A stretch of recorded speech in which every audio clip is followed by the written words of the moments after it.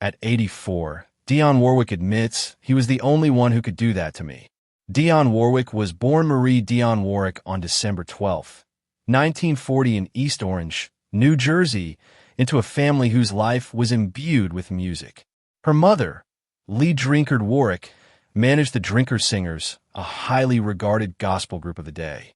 Her father, Manel Warwick, supplied for the family and fostered a strong love of music and the arts. Dionne was exposed from the earliest stages to strong voices, fervent worship, and the heritage of African-American gospel music.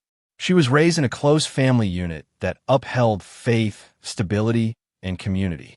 The Warwick family was always filled with music, from rehearsals and performances to church services that filled Dionne's early life with the sound of song.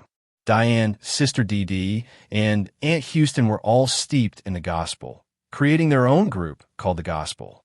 Here is where Dionne initially learned stage presence and developed the vocal clarity and expressiveness that would carry her career forward. Family connections would have a stunning influence on her musical future.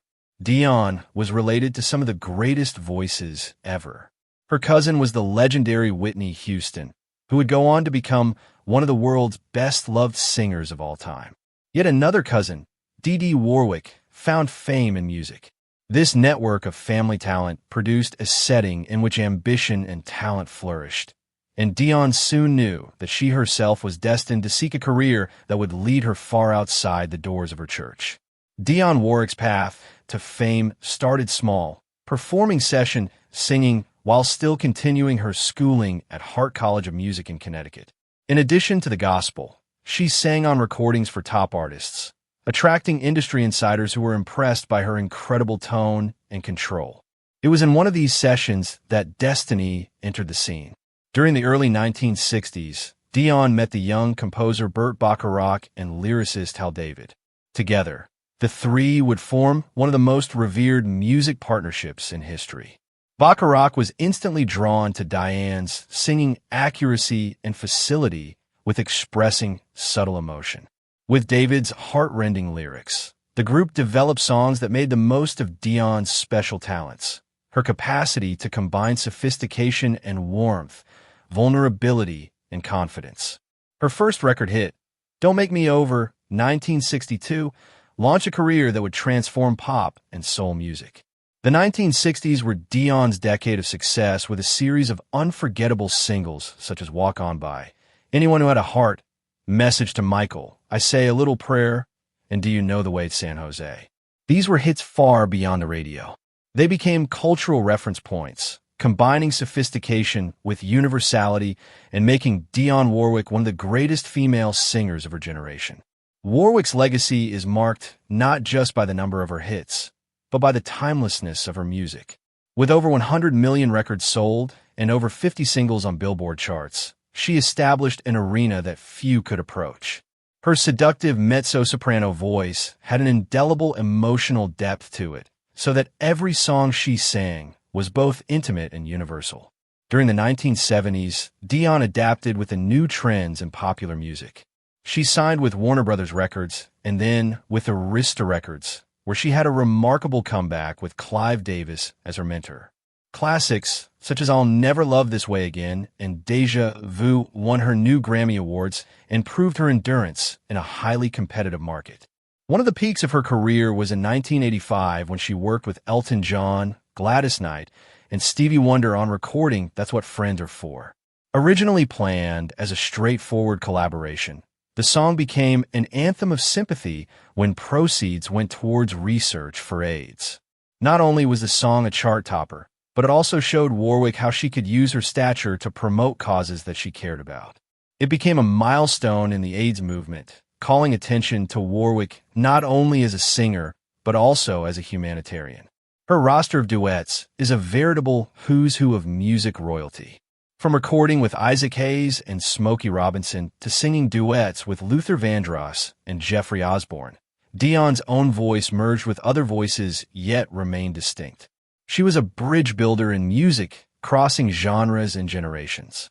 Beyond her remarkable success in music, Dionne Warwick has ever employed her celebrity for the common good. She has also been extensively engaged in humanitarian and philanthropic activities, giving voice to international issues. In 2002, she became a United Nations Global Ambassador for the Food and Agriculture Organization, FAO. On this assignment, she traveled extensively, working to bring attention to hunger and food security, particularly in the Third World. She then emerged as a source of hope for communities in distress, demonstrating that celebrity power could be translated into change in people's lives. Her work in advocacy has also involved campaigns against HIV, AIDS, stigma, racial disparities, and poverty. That's What Friends Are for was a success, yet another instance of how she could mobilize communities using music. But she continued to fight for these causes long after the song dropped off the charts. Warwick proved that she was not only a singer with a golden voice, but a woman who possessed a strong moral conscience. Even as musical tastes shifted in the 1990s and 2000s, Dionne Warwick was still a relevant and revered figure. She persisted on touring the world, singing for packed concert halls and issuing new albums presenting her artistry to new generations. Her individual phrasing and elegant readings of lyrics guaranteed that her work never faded in emotional impact.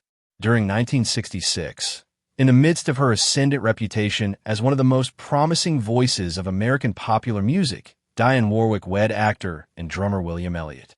Their marriage drew scrutiny not only due to Warwick's already burgeoning status as a household name with hit records written by Burt Bacharach and Hal David, but also because Elliott was himself a versatile musician and performer, famous as a jazz drummer and occasional thespian. The two were both music and showbiz loving, which originally brought them together. But as so often is the case with young couples who are attempting to balance love, profession, and the weight of celebrity, their marriage was not without its problems. Only a year later, in May of 1967, the couple divorced, a brief but fiery episode in Warwick's own life. But the saga of Warwick and Elliott was far from over. Albeit the tensions that had led to their first breakup, the two lovers found that their relationship was too deep to be fully broken. After some reconciliation, they agreed to give their marriage a second chance. In a poignant and whimsical gesture, Warwick and Elliott remarried in August 1967, opting for the charming and glamorous landscape of Milan, Italy, as the venue for their second wedding.